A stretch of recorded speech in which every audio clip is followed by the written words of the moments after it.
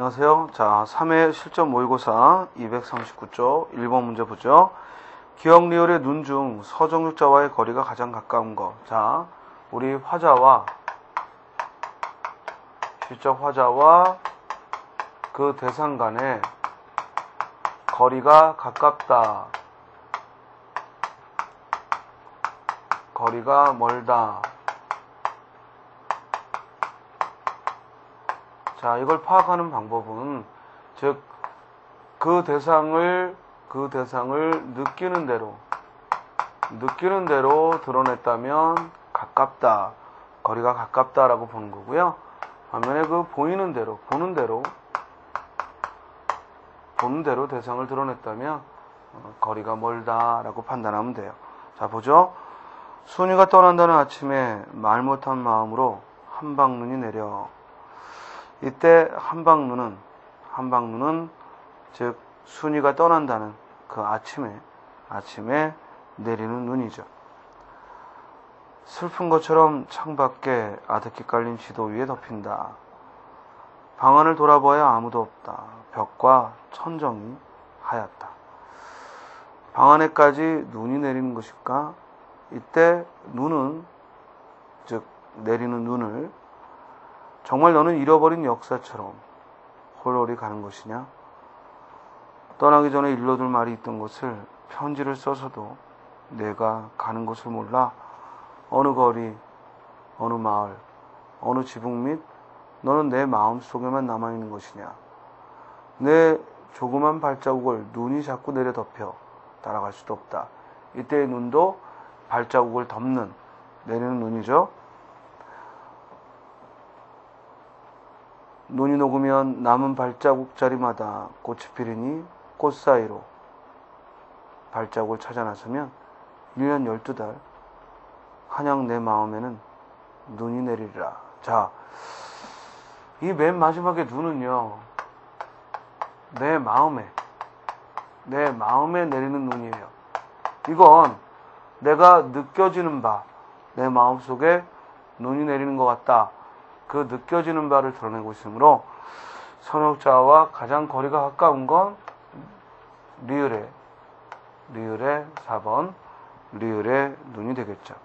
그래서 이는 순이가 떠나는 날에 화자의 그런 아쉬움과 이를 표현하고 있는데, 무엇보다도 창밖에는 눈이 내리고, 그리고 눈을 바라보면서 차츰차츰 내가 가버린 그 자리에 발자국도 지워지고, 그리고 내 마음에 즉 너에 대한 그리움이 눈처럼 쌓여간다는 걸 드러냈죠.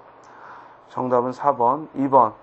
소재를 분류할 때는 적용이 있어야 되는데 그 기준이 일관되게 적용된 거. 자, 1번에 보면 대중매체하고 신문, 방송, 잡지까지는 어떤 그 매체의 주관자에 따라 구별을 했다면, 주관지냐 일간지냐 하는 구별은 즉 대중매체가 나오는 간행 시기를 가지고 얘기한 거니까 이때는 기준이 둘이네요. 또 2번.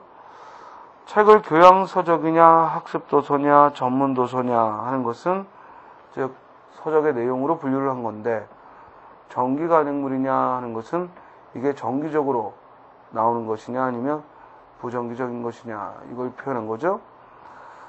기준이 둘이고, 옷도 유아복, 아동복은 연령대를 가지고 한 건데, 교복이니 예복은 쓰임을 가지고 얘기를 한 겁니다. 역시 기준이 둘이고요. 그러나 4번 환경오염을 대기오염, 하천오염, 토양오염이라고 즉 구별을 한 것은, 이는 그 분류 기준이 어떤 대상을 오염시키는가, 환경의 그 종류에 따라 구별한 것이니까 정답은 4번이죠. 자, 3번 봅니다. 기억에서 의인화된 용머리제의 태도와 가장 관계가 깊은 것. 자, 이 하근찬의 순환이대라는 소설인데요. 여기서는 만도와 그 아들 진수가 등장을 하는데요. 만도는 이 일제 징용에 끌려가서 팔을 잃고 왔고요. 그 아들 진수는 6.25에 참전해서 이번엔 다리를 잃고 왔어요. 결국 우리 근현대사에 있었던 이런 전쟁의 그런 고통을 이 두 부자가 즉 고스란히 몸으로 겪었던 것이고, 자, 그러면서도 이 두 사람이 마지막에 외나무 다리를 맞닥뜨려서, 즉 다리가 불편한 아들이 건너기 어려우니까 결국 아버지 만도가 진수를 등에 업고, 그리고 만도가 들고 있던 또 고등어는 진수가 대신 들고, 이렇게 서로 부자 간에 협력하면서 외나무 다리를 건너는 장면이 나옵니다. 이건 결국 이 외나무 다리가 가리키는 삶의 그런 고난, 삶의 그 고된 여정을 이 두 부자가 가족의 그 화합으로 극복할 것이라는, 이런 삶의 고된 여정을 즉 그 부자가 극복할 것이라는 그런 극복의 모습을, 외나무 다리를 건넌다는 것은 두 부자가 극복할 수 있다는 걸 보여주고, 이걸 이제 용머리제가 이 광경을 높이, 즉 가만히 바라보고 있다는 데에서 이 용머리제는 바로 우리 역사의 시선이다. 이렇게 얘기할 수 있습니다. 자, 본문을 보죠. 이제 새파랗게 젊은 놈이 이게 벌써 무슨 꼴이고, 세상을 잘못하고 나서 진수 네 신세도 참 똥이다, 똥. 자, 이렇게 비속어를 쓰거나 또 방언, 사투를 쓰게 되면 인물을 생동감 있게 만들어주죠. 인물의 인물을 매우 생동감 있게 만들어줍니다. 이런 소리를 주워 섬겼고, 아버지 등에 업힌 진수는 곧장 미안한 얼굴을 하며, 나꺼정 이렇게 되다니 아버지도 참 복도 더럽게 없지. 차라리 내가 죽어버렸다면 나았을긴데 하고 중얼거렸다. 자, 이 만도와 진수 부자를 들면서 그들의 속마음까지도 모두 안다고 진술을 하고 있어요. 그러므로 시점은 뭐예요? 전지적 작가 시점을 보이고 있죠. 만도는 아직 술기가 약간 있었으나 용케 몸을 가누며 아들을 업고 외나무 다리를 무사히 건너가는 것이었다. 눈앞에 우뚝 솟은 용머리제가 이 광경을 가만히 내려다보고 있었다. 결국 우리 근현대사의 그 상처를 온몸으로 겪고 있는 이 부자가 외나무 다리라는 그런 시련을 맞닥뜨려서 서로 협력하여 건너가고 있으니까 역사의 어떤 시선이 따뜻하게 이 부자를 바라보고 있는 것입니다. 그러므로 아래의 선택지 중에 가장 적절한 건 2번이죠. 격려의 태도를 발견할 수 있습니다. 자, 다음 4번부터 5번을 보면요. 아가의 방이라는 이 시인데요. 자, 이 노래에서는 나비가 등장을 해요. 이 나비는 아가를 대신하는데, 결국 아기가 잠이 들고 그 꿈속에서 바로 그 전쟁의 공포, 이를 겪고 다시 돌아오는 이런 과정을 보이고 있습니다. 자, 본문 보죠. 아가는 밤마다 길을 떠난다. 이때 아가가 밤마다 길을 떠난다는 건 잠이 든다는 얘기죠. 아가는 밤마다 잠이 든다라는. 하늘하늘 빛의 어둠을 흔들며 수면의 강을 건너 빛부리는 기억의 들판을, 출렁이는 내일의 바다를 나르다가 깜깜한 절벽, 헤어날 수 없는 미로에 부딪히곤 까무라쳐 돌아온다. 결국 그 잠이 들어서 이 몹시 절망적인, 즉 절벽이라는 그런 한계에 맞닥뜨리는 거죠. 절벽이라는 그 한계 상황을 맞닥뜨리는 겁니다. 한 장 검은 표지를 열고 들어서면, 자, 이 말은 바로 그 아가의 꿈속을 좀 더 이제 심층적으로 들여다보면 아비 교환하는 화약 냄새 소용돌이. 전쟁은 언제나 거기서 그냥 타고 결국 전쟁의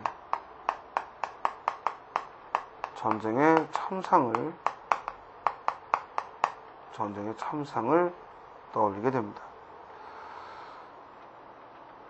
연자색 안개의 베일 속 파란 공포의 강물은 발길을 끊어버리고 사랑은 날아가는 파랑새 해후란 우연한 만남이죠.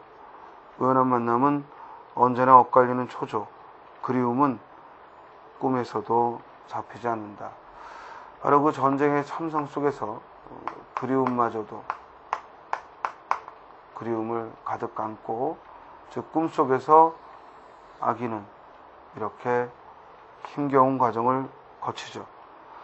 그러다 꿈에서 지금 막 돌아와 꿈의 이슬에 촉촉히 젖은 나래를 내 팔 안에서 기진맥진 접는 아가야.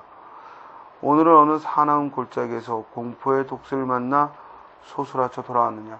자, 마지막 3면에서는 돌아온 거죠. 따라서 잠이 들어 꿈속으로 들어가고 다시 이런 시련을 거치고 돌아오는 꿈에서 깨어나는 이와 같은 과정으로 시를 전개하고 있습니다. 4번은 따라서 답은 3번이죠. 떠남과 시련 그리고 돌아옴을 썼고요. 5번 기억에 나타난 시적 자의 감정은 사랑은 날아가는 파랑새다라는 얘기는 쉽게 이루기가 어렵다라는 겁니다.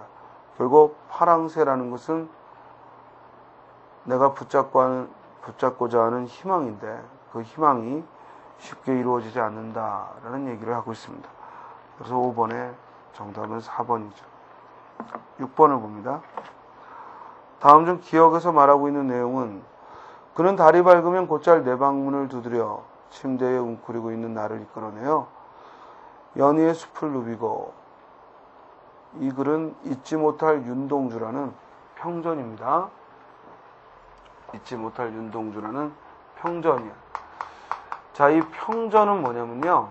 우리가 정기문은 정기문인데 평전은 평가가 인물의 즉 일반적인 정기문이 인물의 날 때부터 이 삶을 끝날 때까지를 즉 제자로 삼는다면 평전은 인물에 대한 평이 주가 되는 그래서 인물을 소개하는 데 그치는 게 아니라 그 평이 주가 되는 그런 글이죠. 여기서 그는 윤동주고요. 즉 그는 달이 밝으면 곧잘 내 방문을 두드려 침대에 웅크리고 있는 나를 이끌어내어 연희의 숲을 누비고 서광의 뜰을 꿰뚫는 두어 시간의 산책을 즐기고 돌아오곤 했다. 그 시간 동안 그는 입을 여는 일이 별로 없었기 때문에 무슨 생각을 했었는지는 지금도 수수께끼다. 가끔 정영, 아까 읽었던 재밌어요? 하는 정도의 질문을 했는데 그것에 대해 내가 무슨 대답을 했는지는 뚜렷이 생각나지 않지만 자, 우리 뚜렷 하다가 붙는 말인데 이때 하다가 붙는 말이지만 시옷 받침이 올 때는 이를 쓴다. 그래서 뚜렷이 그는 그 책은 그저 그렇게 읽는 겁니다. 라고 하기도 했고 어떤 때에는 그 책은 대강 읽어서는 안 돼요. 무척 고심하면서 읽어도 이해하기가 어려운 책입니다. 라고 일러주기도 했다. 그만큼 그는 독서의 범위가 넓었다. 결국 윤동주의 독서의 폭이 넓었다는 것 이를 이 글에서는 얘기하고 있고 그런데 밑줄 친 부분에서 즉 그 책은 그저 그렇게 읽는 겁니다. 라고 하면서 대강 읽어서는 안 되고 고심하면서 읽어야 돼요. 그리고 또 어떤 책은 그냥 그렇게 대강 읽어도 되고 뭐 이런 얘기를 했다는 거니까 밑줄 친 말에서 의미하는 건 독서의 방법이죠. 정답은 3번. 자, 7번부터 8번을 보면요. 이 글에서 말하고 싶어 하는 건 뭐냐. 창조라고 하면 이상하게 못마땅한 것처럼 대하는 사람도 그 자신의 생활이 구습의 퇴영적인 반복이니. 자, 퇴영적이라는 말은 시험에서 자주 물었는데요. 이 상대되는 말이 진취적이란 말이에요. 자, 우리가 앞으로 나아가는 태도를 진취적이라고 하죠. 그럼 퇴형은 뭐야? 뒤로 물러나는. 우리 퇴형적 사고 이런 말도 있는데 결국 진취적이라는 말의 상대적인 말이 퇴형적이라는 말입니다.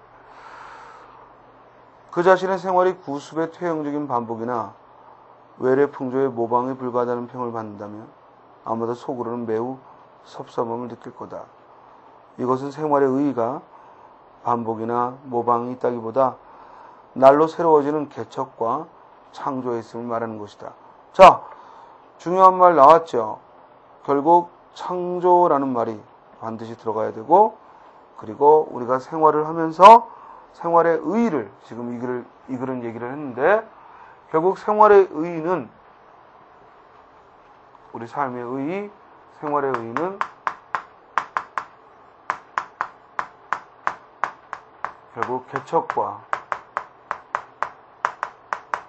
그리고 창조에 있다는 거죠. 우리 생활의 의의는 바로 이 개척과 창조에 있다라는 얘기입니다. 따라서 정답은 몇 번? 2번 생활 창조와 개척. 8번 이거는 두 개의 문장으로 되어 있는데 첫째 문장에서 주어와 서술어가 바르게 짝지어진 거. 먼저 뭐부터 확인해? 서술어. 느낄 거다. 서술어부터 확인해야지. 그러면 이렇게 느낀다라는 건 누구? 생략된 사람이지. 생략된 사람이죠. 따라서 여기 사람이 느낀다라는 것인데 여기서 사람을 문장 맨 앞에 써놨죠. 정답은 3번. 어렵지 않지? 창조가 느낄 수는 없잖아요. 그죠? 자, 9번. 두 낱말 사이의 관계가 늙음과 즉 어리다와 같은 것은? 하고 물었습니다. 노와 소는 늙음과 어리다는 얘기니까 장유죠. 즉 길다와 어리다. 정답은 4번. 자, 이번에는 10번 문제. 밑줄 친 내용에 해당하는 어휘의 쌍으로 보기 어려운 것. 우리말에 사용되고 있는 고유어와 한자어는 매우 특별한 관계를 형성하고 있다. 그러니까 지금 뭘 얘기하고 있냐면 우리 언어에는 세 가지, 즉 우리 국어는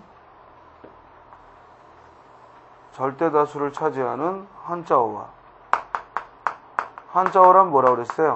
한자로 바꿔 쓸 수 있는 말, 즉 절대다수를 차지하는 한자어와 그리고 일부의 즉 고유어 그리고 외래어로 이루어져 있습니다. 자, 그럴 때 고유어와 한자어의 대응 관계를 물었죠. 사실 고유어는 매우 추상적이고 일반적인데요. 그에 대응하는 한자어는 매우 구체적이고 그리고 보다 더 실제적인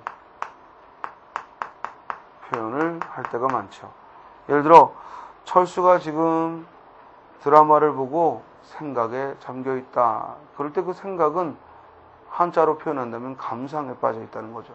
그래서 결국 어떤 한자어를 쓰는가 하는 것을 우리가 고유어는 두루 추상적이고 보편적인 일반적인 말을 하는데 한자어는 보다 구체적이고 실제적인 말을 하는 것이기 때문에 고유와 한자어의 대응은 거기 써 있듯이 일대 다의 대응이죠. 그죠? 우리 생각이라는 고유에도 뭐 상상하다, 망상하다, 공상하다, 감상하다 이렇게 다양한 한자어가 대응되고 있습니다. 하나의 고유어에 복수의 한자어들이 대응하는 양상을 말한다.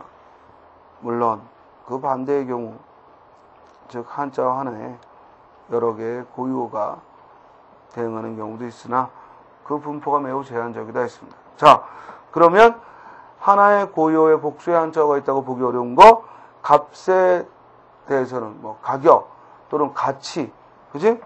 반면에 마음 그럼 뭐 심려 또 걱정, 불안, 우울 이런 것들이 포함될 수 있고 자, 입다 그러면 이는 착용하다라고 했는데요.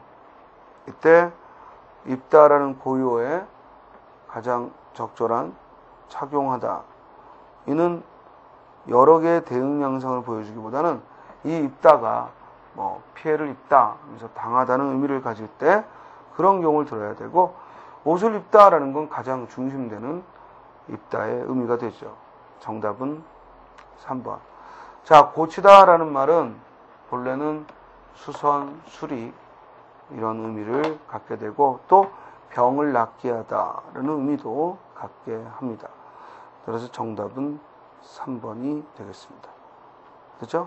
그래서 정답은 10번에 3번이고요. 자, 11번부터 12번은요, 이 설명을 들어가기 전에 먼저 문체와 그리고 사회의 관계를 보자고요. 자, 우리말의 문체는 개성적 문체와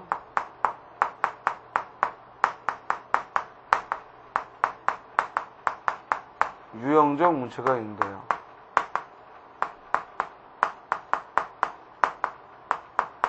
다시 그 유형적 문체는 사회와 문체의 관계를 드러냅니다. 그래서 사회가 계층과 관계된다. 그죠? 문체는 사회 계층과 관계된다. 또 문체는 사회 제도 및 구조와 관계된다. 사회 제도 및 구조와 관계된다. 또 문체는 시대와 관계가 된다. 또 문체는 지역과 관계가 된다.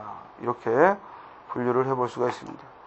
자, 그럼 먼저 본문에 제시되어 있는 것들, 이러한 반상의 문체의 차이는, 그러니까 양반과 상민의 문체의 차이가 벌어지는 건 무엇보다 높임법에서 잘 드러난다. 우리의 대표적인 고전 춘향전을 보면 다음과 같은 구절이 나온다.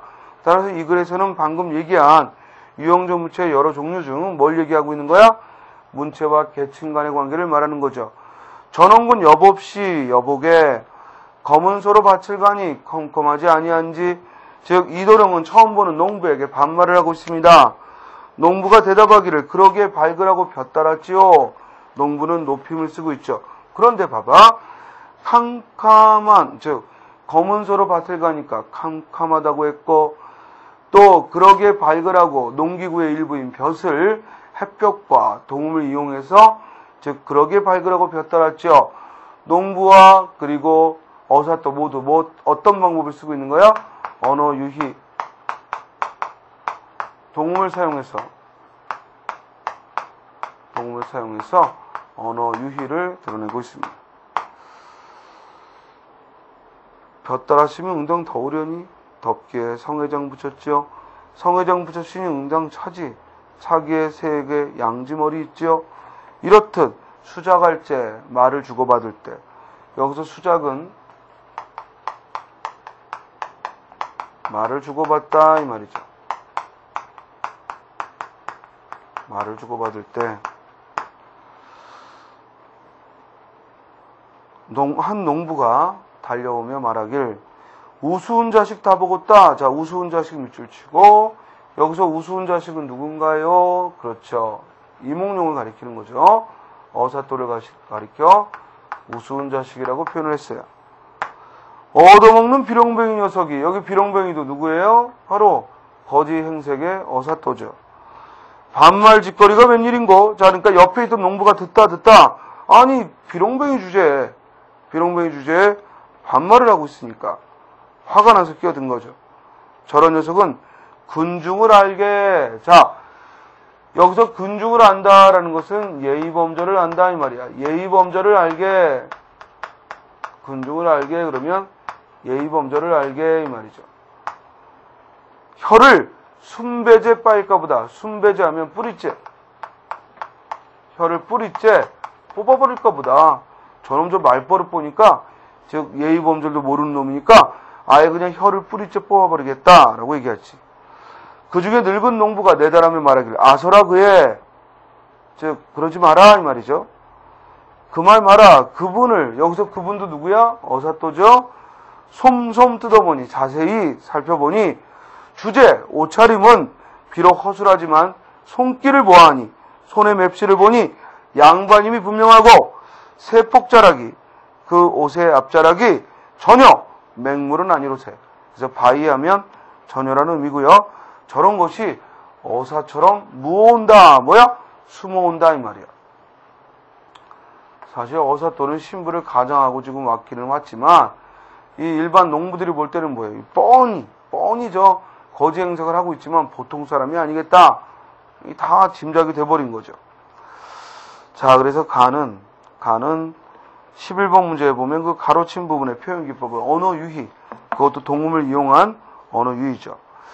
1번에 보면 가급 수령이 겁을 내어 탄건, 바람, 버선, 발로, 대수프로 달아나니 하면 이는 인물들의 과장된 행동을 통해 해악을 드러낸 거고, 관비는 밥상을 입고 물통이고 들어오면 사또님 세수 잡수시오.